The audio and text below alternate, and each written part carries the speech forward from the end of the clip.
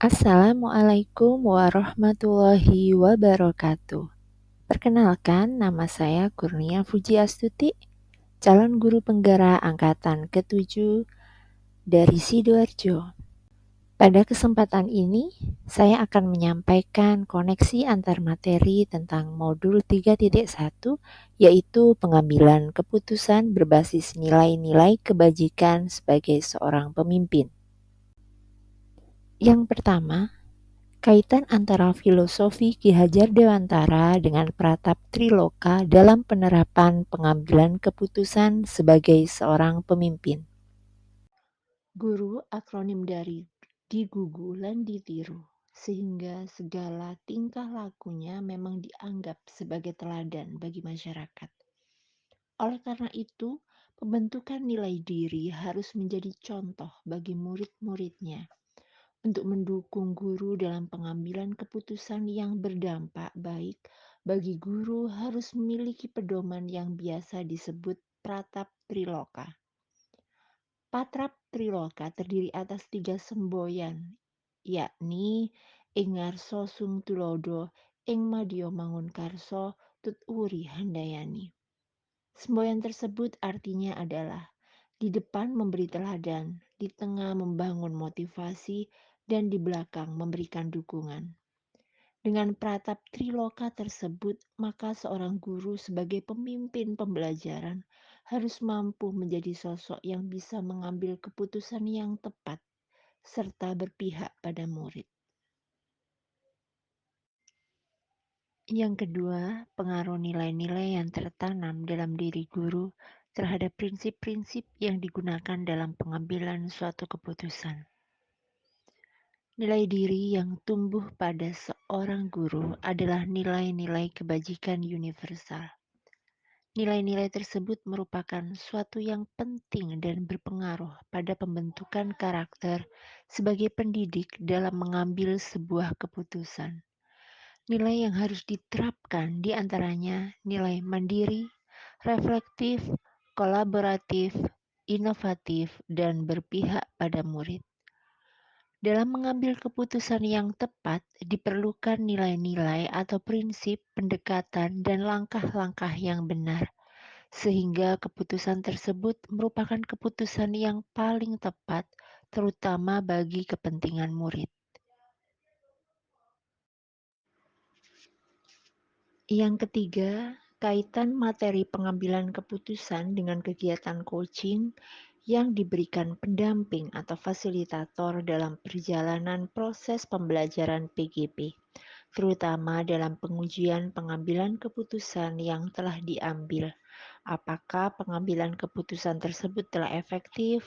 Masihkah ada pertanyaan-pertanyaan dalam diri kita atas pengambilan keputusan tersebut? Hal-hal ini tentunya bisa dibantu oleh sesi coaching yang telah dibahas pada sebelumnya. Coaching merupakan kompetensi menggali kemampuan orang lain dalam memecahkan suatu masalah yang dihadapi coachee. Kompetensi seorang coach diantaranya mampu memberikan pertanyaan yang berbobot, kemampuan mendengar aktif dan hadir sepenuhnya. Pendekatan coaching ini menggunakan metode Tirta yang merupakan kepanjangan dari T.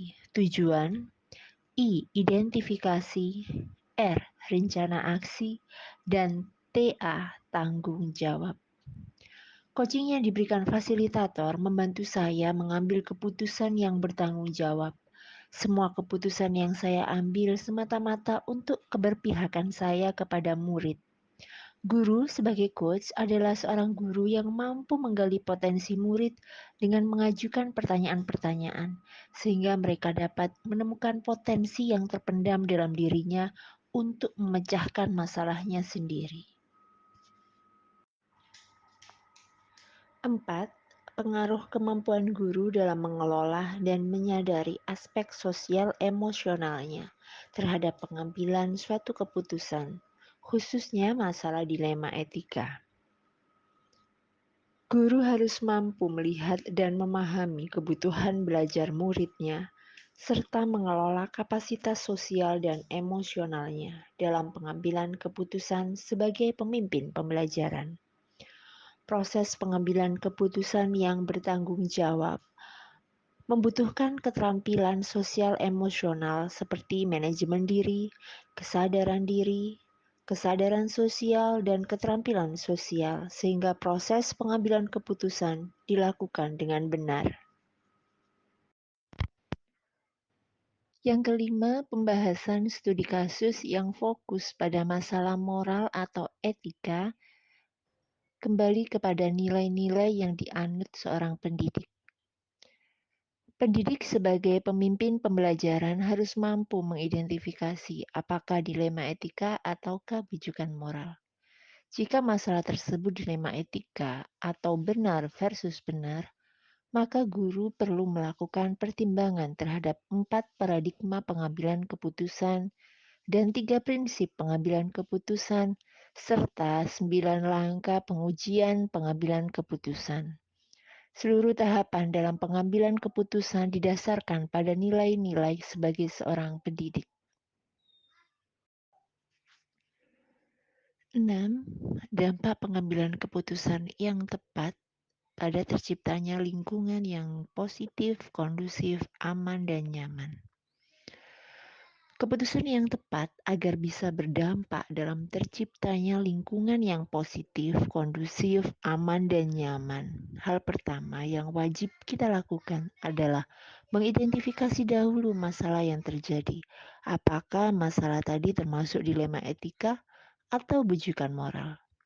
Apabila masalah tadi adalah dilema etika, sebelum membuat sebuah keputusan, kita wajib bisa menganalisa pengambilan keputusan berdasarkan 4 paradigma, 3 prinsip dan 9 langkah pengambilan dan pengujian keputusan.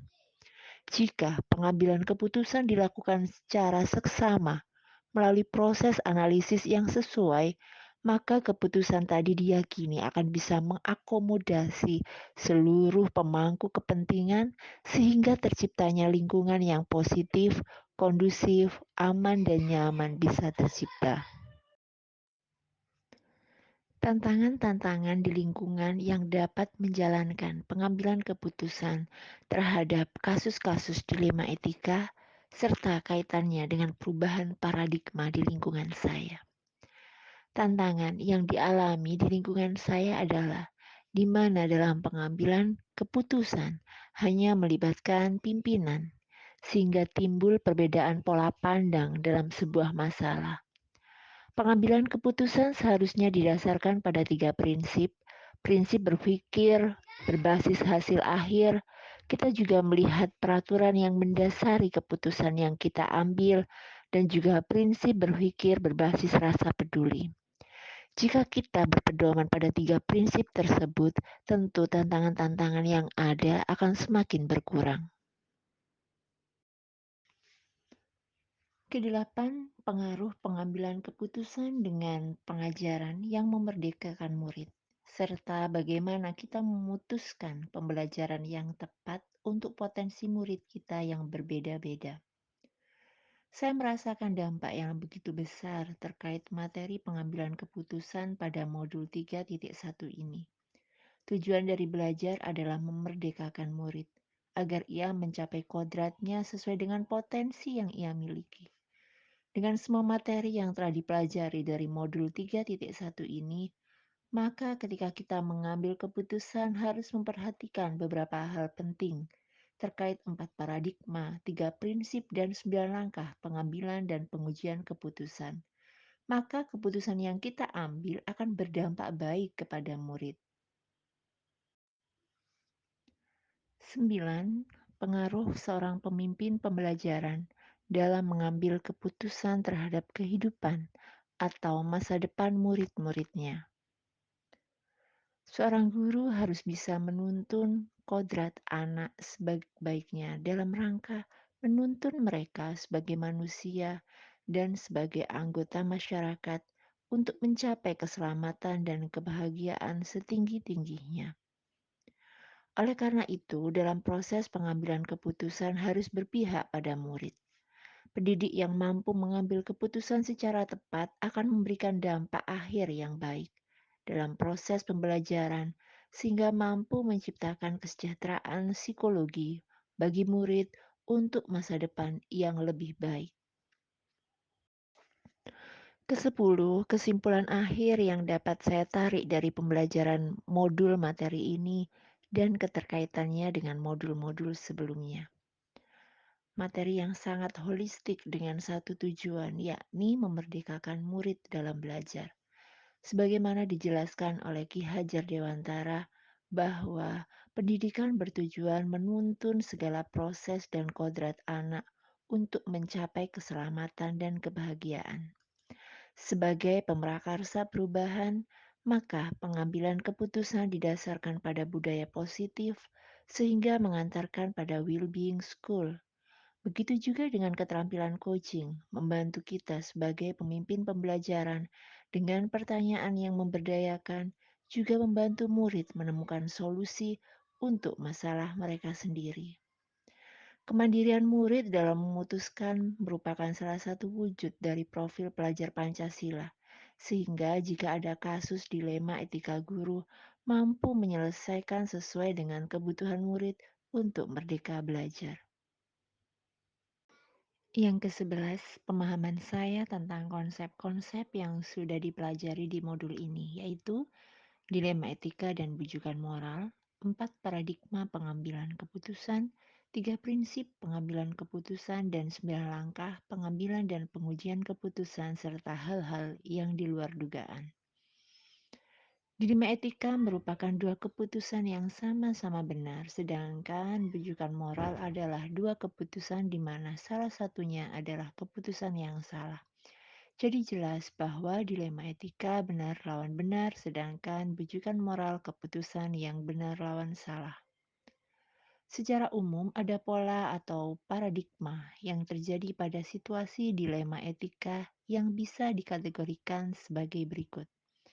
Yang pertama, individu lawan kelompok. Yang kedua, rasa keadilan lawan rasa kasihan.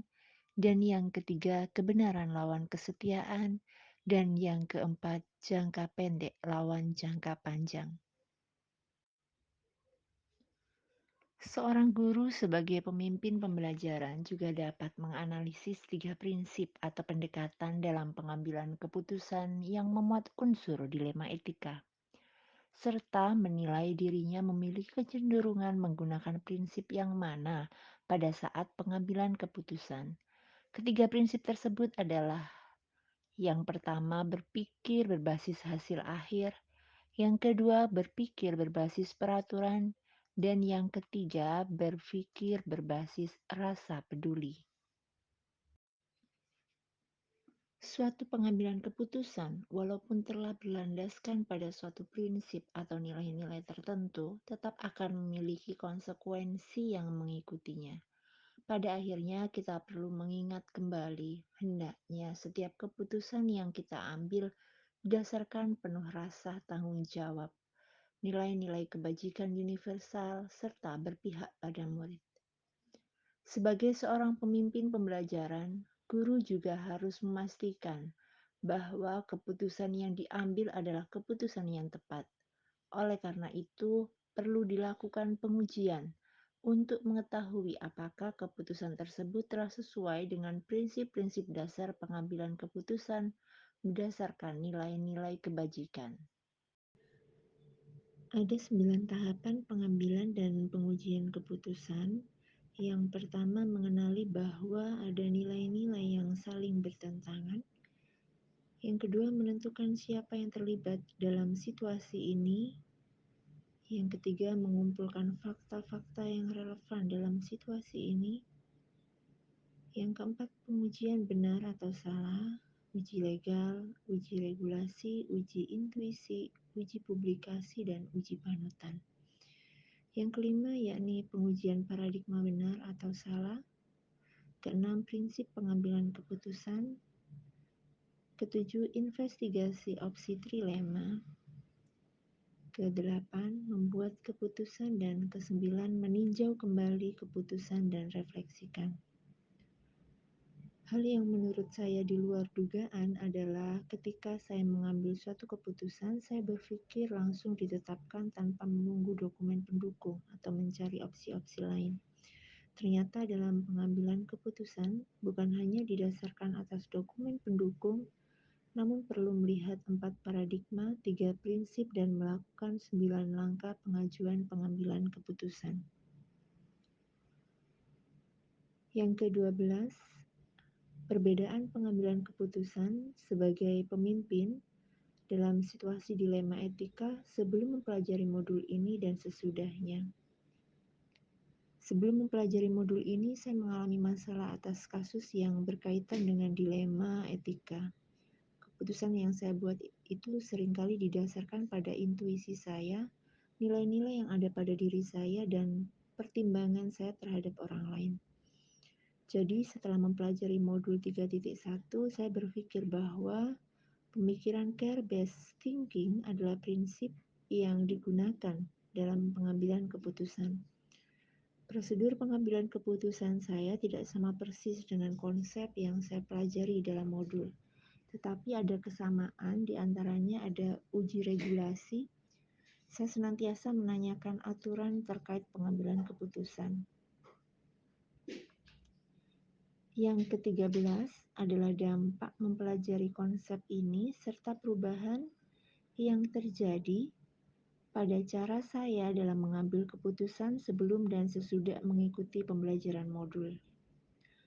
Dampak yang saya rasakan setelah mempelajari modul 3.1 adalah saya menjadi lebih percaya diri dalam mengambil keputusan, terutama sebagai pemimpin pembelajaran. Setelah melalui proses pengujian keputusan 9 langkah ini, saya merasa lebih percaya diri karena saya tahu keputusan saya benar dan efektif. Sehingga dengan melakukan tahapan yang tepat akan meminimalisir dampak negatif terhadap pengambilan keputusan yang telah saya ambil karena telah melalui tahap yang seharusnya. Dan yang ke-14, seberapa penting mempelajari topik modul ini sebagai seorang individu dan sebagai seorang pemimpin. Saya meyakini bahwa pengetahuan tentang pengambilan keputusan ini sangat penting, baik sebagai individu maupun sebagai pemimpin pembelajaran di sekolah. Sebelumnya, saya merasa bahwa keputusan yang saya buat tidak didasarkan 9 langkah pengambilan keputusan. Sekarang saya mengerti bagaimana keputusan itu dibuat.